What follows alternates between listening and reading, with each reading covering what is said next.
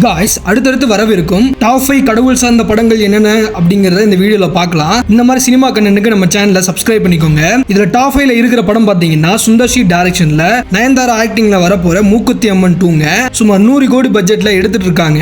Top 4ல வெறும் 40 கோடி பட்ஜெட்ல எடுத்து வேர்ல்டு வைடா 325 கோடிக்கு மேல கலெக்ட் பண்ண மகாவதார் சீரிஸோட மகாவதார் பரசுராம் டைரக்டர் அஸ்வின் குமார் டைரக்ஷன்ல 2027ல ரிலீஸ் ஆகுதுங்க.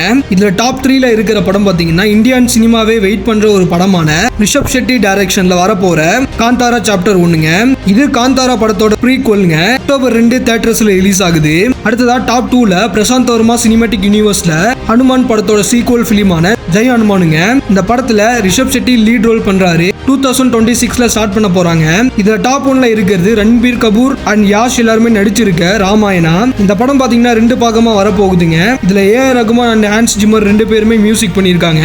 இது கூடவே மலையாளத்துல பிருத்திவிராஜோட ஐயப்பனுங்கிற ஒரு படமும் ஜெயசூர்யாவோட காந்தனங்கிற 2 படங்களும் வரப்போகுதுங்க. காய்ஸ், இந்த படங்கள்ல நீங்க பார்க்க விரும்புற படம் எது? நான் ஏதாவது மிஸ் பண்ணியிருந்தா அந்த படத்தை மறக்காம கமெண்ட்ல சொல்லுங்க.